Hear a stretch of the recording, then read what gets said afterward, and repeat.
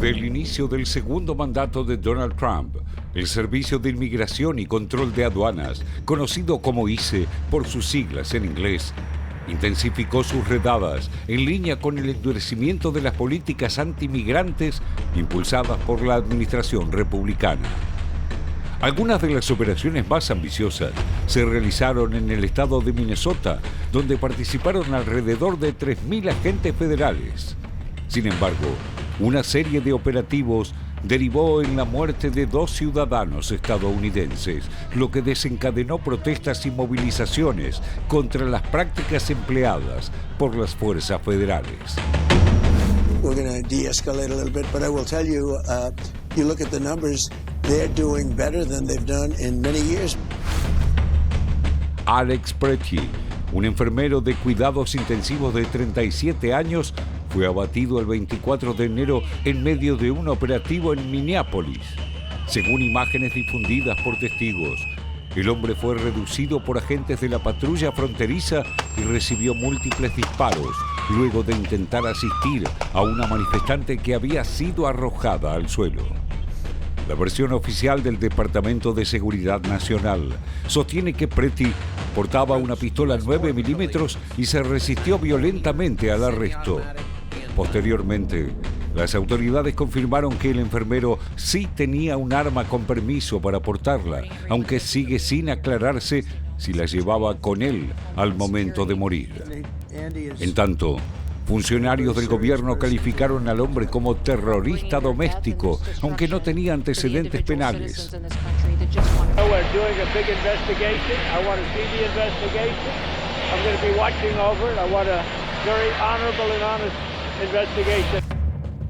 Pero la conmoción nacional comenzó el 7 de enero con el caso de Brenny Good, la mujer de 37 años y madre de 3 hijos, que fue alcanzada por los disparos de un agente migratorio cuando intentó desviarse de un control.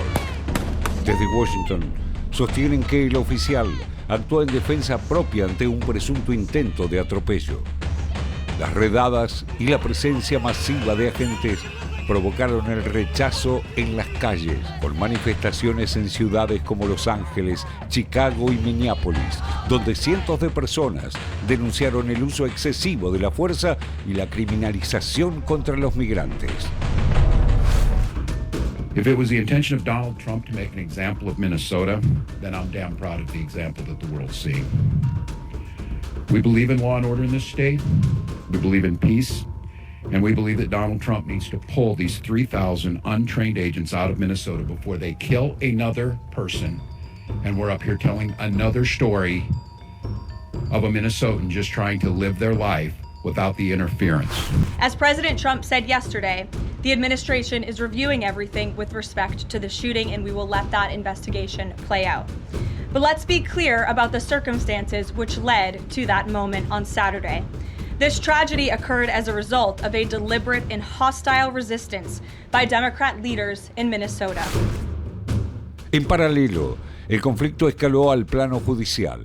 El juez principal de la Corte Federal de Minnesota citó al director interino del ICE, Todd Lyons, para que comparezca y dé explicaciones sobre el incumplimiento de decenas de órdenes judiciales emitidas en las últimas semanas antes de ser acusado por desacato.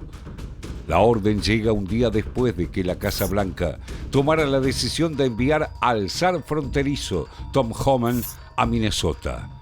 El funcionario de 64 años tiene décadas de experiencia en las fuerzas del orden y lideró operativos de deportación durante la administración de Barack Obama. Tom Homan is over there. We all love Tom. Yeah. And he met with the governor, met with the mayor. He's going to meet with the mayor, I guess. And it's going very well. But remember this, even Minnesota, their crime is down. And you know why it's down? Because of what we did. We took out thousands of criminals, career criminals, bad criminals. El Servicio de Inmigración y Control de Aduanas fue creado en 2002 bajo la presidencia de George W. Bush como respuesta a los atentados del 11 de septiembre de 2001. La agencia tiene a su cargo la investigación de delitos federales, el combate al terrorismo y la aplicación de las leyes migratorias.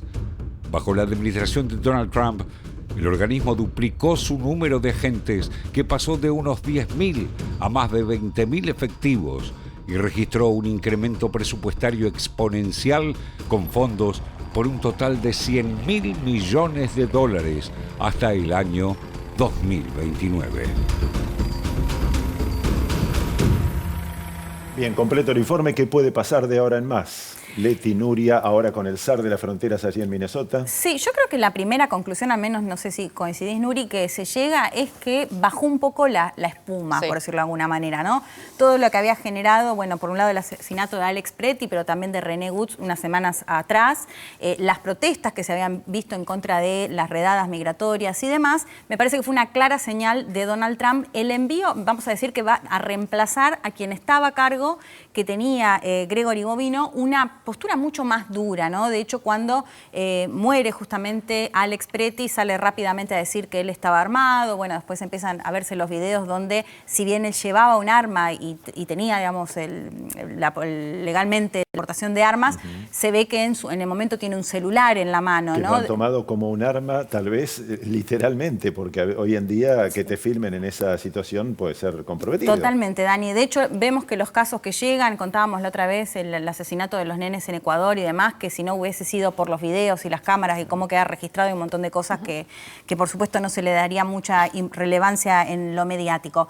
Pero decía, me parece que la decisión de Trump de haber enviado a Tom Hoffman y reemplazar justamente a Bovino tiene que ver con una clara señal de bajar un poco justamente las protestas y el malestar que había en Minnesota particularmente por estos hechos con el ICE, recordemos, y en el caso además de Alex Pretty, que también uno de los efectivos que le termina disparando pertenece a lo que es como la patrulla fronteriza, ¿no? Claro. Que los dos dependen Trump de seguridad. habló de desescalar, vos vas en el mismo sentido. Sí, y Hoffman mismo, ¿no? Porque una de las primeras cuestiones que dijo, a ver, recordemos cuando Trump dice que van a perseguir a los migrantes que indocumentados o los que no tienen los papeles en regla, sobre todo apuntaba a quienes habían cometido delitos, más allá de que se puede llegar a considerar un delito en sí el hecho de que no tengan la documentación. ¿Qué dijo Hoffman? Bueno, vamos a volver a esa línea. Si bien nadie que esté en el país de forma ilegal puede estar tranquilo de alguna manera, lo que plantea él es que se van a enfocar en quienes cometen o cometieron delitos o que son criminales directamente.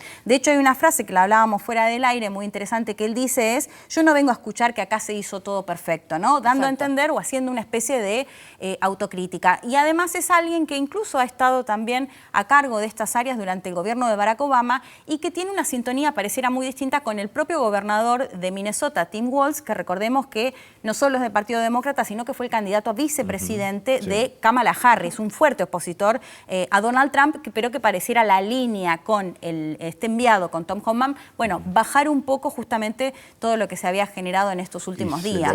Y también, ojalá que sí, ¿no? Porque también se abrieron canales de diálogo, que hasta este momento parecían rotos. Bueno, se abrieron esos canales de diálogo tanto con el gobernador como con el alcalde de Minneapolis, con Trump, pero también con Hoffman, con este hombre que ahora vuelve a hacerse cargo de ICE. Y también esto hay que ponerlo en contexto, ¿no? Digo, esto sucede en un año electoral. Sí. En noviembre se vota gobernador y parte de legislativo del Congreso.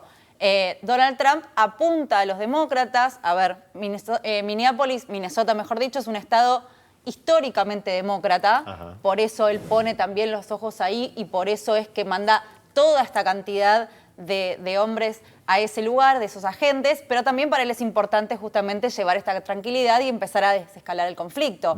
Porque además... ¿Vos en este sentido crees que le suma votos a Trump esta política empezar dura? A desescalar, sí. Desescalar, sí.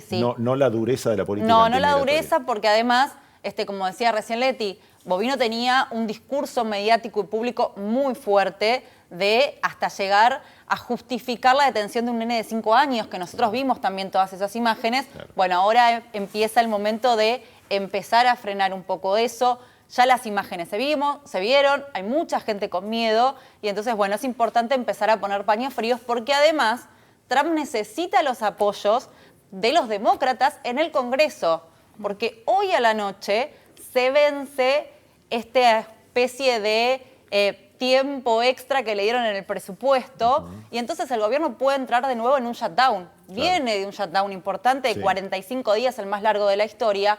Hoy depende de esos votos, de los demócratas también, junto con los de los republicanos, para poder tener un presupuesto y no empezar a cerrar o que dejen de funcionar, por lo menos parcialmente, algunas de las principales edificios de la Administración Pública Federal, ¿no? Que es importante. Claro, está clarísimo. Bueno, o sea que iríamos tal vez hacia unos futuros días un poco más calmos. Sí, y sobre todo también lo que tiene que ver con el malestar social que había generado, el buscar que esto no se extienda a otros estados también, Claro. ¿no? Porque si bien hemos visto todo esto en el estado de Minnesota particularmente, recordemos que cuando gana Donald Trump, si bien no lo hace con la mayoría del voto latino, sí el voto latino fue muy clave para su victoria. Bueno, se empiezan a escuchar algunas voces que decían, bueno, yo pensaba que iban a seguir sobre todo a los criminales y de pronto se ve que también se llevan a quienes viven hace décadas y que son trabajadores y que, bueno, digo, un cierto malestar que también quieren evitar, me parece, que no se extienda, porque además lo que se estaban viendo eran masivas protestas en el estado de Minnesota, pero lo que se vio ahora fue claramente que se bajó un poco esa tensión. Muy